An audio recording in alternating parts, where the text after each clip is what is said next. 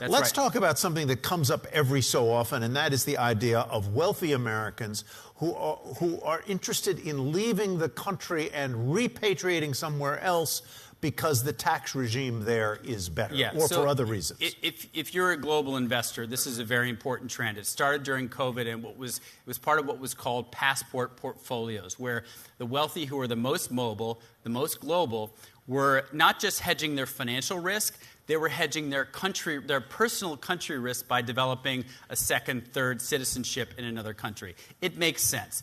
That started in COVID. What has happened more recently, and I wrote an article about 3 weeks before the election saying, I talked to attorneys who specialize in investment visas. They said their business had more than tripled over last year. That article got over 500,000 views on the internet, and today those attorneys are telling me they're getting overwhelmed with business. And what it is people saying, it's not so much if so-and-so is elected, I'm going to leave, although there are those people. It's more a dissatisfaction with, could be anti-Semitism, could be Islamophobia, could be just gun violence, could be just the broad partisan nature of this country. But money is on the move like never before in the world. And so the question is, where are they going? Where are the wealthy going? Well, Malta is the new hot spot because you get a passport there. It's about $600,000, $700,000 for a passport that gives you access to all of Europe.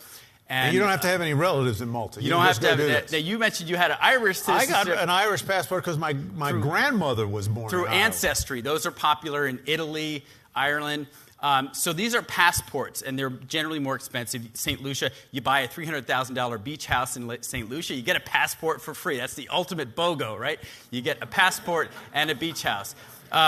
The other thing that's happening are what's called permanent residencies. So these are big in Europe. Americans are really going to Europe. So Greece, Portugal, Italy, Spain, between 250,000 and 500,000 euros, you get residency in these countries, and you can travel throughout Europe, although the downside versus a passport is that you have to renew it every 5 years. This is a visa situation as opposed to a passport It's a visa. Situation. It's a residency, yeah. And one last caution, because so many Americans are taking advantage of these programs, these countries are doubling the price. It's also driving up real estate values so much that the locals there's a backlash.